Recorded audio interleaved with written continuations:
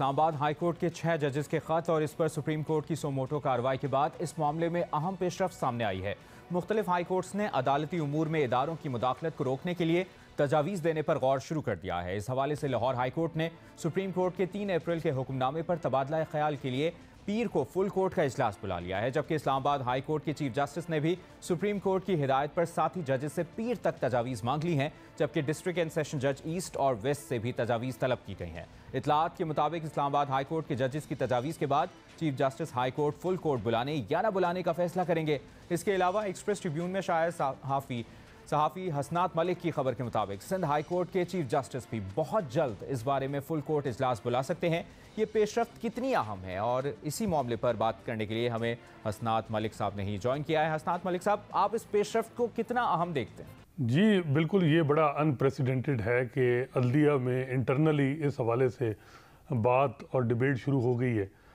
बताया जा रहा है कि पेशावर हाई कोर्ट का भी कल या परसों फुल कोर्ट मीटिंग होगी, वो भी इस मामले को कंसिडर करेंगे और जजेस जो हैं वो अपने अपने एक्सपीरियंसेस शेयर करेंगे और फिर उसके बाद जो है वो प्रपोज़ल जो है वो उनकी जाएंगी सुप्रीम कोर्ट में और सुप्रीम कोर्ट इस मामले को देखेगी। लाहौर हाई कोर्ट में जो भी इस वक्त अगर आप देखें तो 37 जजेस की हैं, वो इस मामले को देखेंगे। Sindh high court, Islamabad high court में बड़ा इंटरेस्टिंग है वहाँ, क्योंकि चीफ जस्टिस साहब ने इंडिविजुअली जो है वो प्रपोज़ल मांगी हैं। वहाँ फुल कोर्ट मीटिंग अभी नहीं कि जी मीटिंग होगी, लेकिन इंडिविजुअली क्या वो जजेस जो हैं वो अपनी प्रपोज़ल देंगे या वो भी यही रिक्वेस्ट करेंगे कि फुल कोर्ट मीटिंग हो, क्योंकि मामला असल जो है वो इस्लामाबाद हाई कोर्ट के जजेस का है। तो अब देखते हैं कि वो क्या इस हवाले से अपना पॉइंट ऑफ व्यू देते हैं और वहाँ जो है वो चीफ जस्टिस साहब जो है उनका क्या व्यू होगा और दूसरे जजेस का क्या व्यू होगा। तो ये एक चीज़ है। बज़ाहिर ये लग रहा है कि मेजॉरिटी जजेस जो हैं वो जो 6 जजेस की कंसर्न है उसको बज़ाहिर यही है कि एंडोर्समेंट मिलेगी।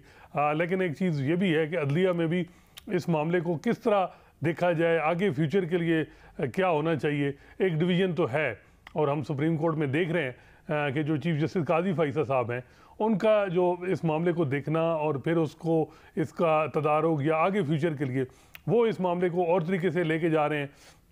और कुछ और जजेस जिसमें जस्टिस अतर मिनल्ला, जस्टिस मुनीब अख्तर, वो ज़रा और तरीके से इस मामले को देख रहे हैं कि हमें जो है वो एक डेटर्स क्रिएट करना है और इंक्वायरी कमीशन या इस किस्म की ज़रूरत नहीं है इस मामले को। और ये जजेस जो बात कर रहे हैं ये प्रिज्यूम हम यही करें कि ये सच बोल रहे हैं। तो अब देखना है कि क्या होता है इस मामले का। जो जब सुप्रीम कोर्ट के सामने ये सारी प्रपोज़ल आ जाएंगी मुख्तलिफ हाई कोर्ट की तरफ से और सबसे इंपॉर्टेंट के बार की तरफ से। अब बार में 2 ग्रुप हैं, जो इंडिपेंडेंट ग्रुप है, जो इस वक्त सुप्रीम कोर्ट बार और पाकिस्तान बार काउंसिल में जिसकी मेजॉरिटी है, वो हम देखते हैं कि बड़े अरसे से उनका चीफ जस्टिस काजी फ़ैसल और हुकूमत तकरीबन हर मामले में एक पेज पे ही रहे हैं। तो उनका क्या मौक़िफ़ रहता है। फिर जो प्रोफेशनल ग्रुप है जिन्होंने पटिशन फाइल की है, जिनमें Lahore high court bar association है, Balochistan high court bar association भी परसों पटिशन दायर करेगी, Islamabad high court bar association, इन्होंने ये 6 जजेस के साथ इनकी ज़्यादा जो है वो ये अपनी कमिटमेंट दिखा रहे हैं। तो अब देखना है कि बार भी तकसीम है, जजेस भी तकसीम है, हुकूमत जो है वो इस मामले को देख रही है कि जी ये तो हमारा मसला ही नहीं है, जजेस खुद देखें। तो अब देखते हैं कि इसमें एक यूनिफॉर्म क्या जो है वो तरीक़ाकार अपनाया जाता है। बज़ाहिर तो ये लग रहा है कि अभी तक जो है वो 2 सोचें हैं अदलिया में। अब देखते हैं कि 2 सोचें ही रहेंगी या एक सोच आगे बनेगी। जो है आखिरी ये मामला जो है 28 को टेकअप होगा। अब देखते हैं, इसमें फुल कोर्ट का कहा गया था कि जी फुल कोर्ट बुलाया जाएगा। अब फुल कोर्ट में अब इस वक्त जो जजेस हैं अवेलेबल वो तो 14 हैं, जैसे याहिया अफरीदी रिक्यूज़ कर चुके हैं। 13 जजेस अगर ये इस मामले को देखते हैं तो फिर क्या जो है वो सूरत हाल बनेगी। लेकिन एक बात जो है बड़ी वाज़ेह है कि जो चीफ जस्टिस साहब हैं उन्होंने जिस तरीके से इस मामले को हैंडल किया, हुकूमत को मामला भेजा, फिर इंक्वायरी कमीशन से इनकार आया, तो वो उससे जो है बहुत से वकला के कंसर्न थे।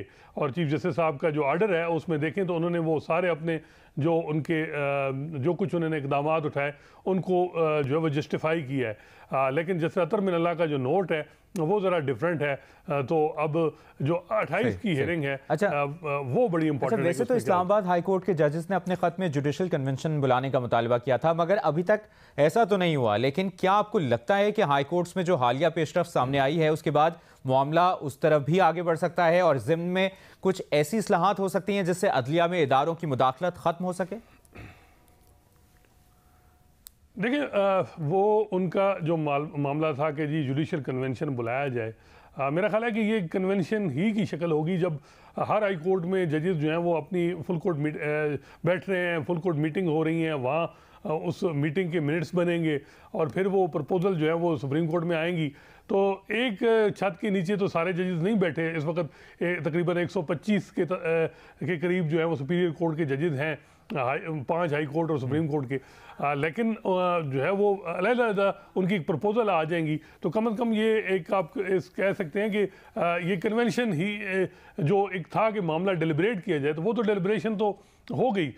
फिर अब देखना है कि आगे क्या होता है जब ये वो अपना असल जो मामला है वो उसमें जो जजेस हैं जो हाई कोर्ट के, मुख्तलिफ हाई कोर्ट के, वो क्या इसमें अपना पॉइंट ऑफ व्यू देते हैं, क्या वो समझते हैं कि कोई इस किस्म की इन्वॉल्वमेंट हो रही है या नहीं। बज़ाहिर ये लग रहा है कि वहाँ भी जो है वो मुख्तलिफ आरा आ सकती हैं मुख्तलिफ हाई कोर्ट में। तो अब देखना है कि उसमें जो प्रपोजल आएंगी वो क्या होंगी और फिर सुप्रीम कोर्ट इस मामले को कैसे देखेगी। बहुत बहुत शुक्रिया।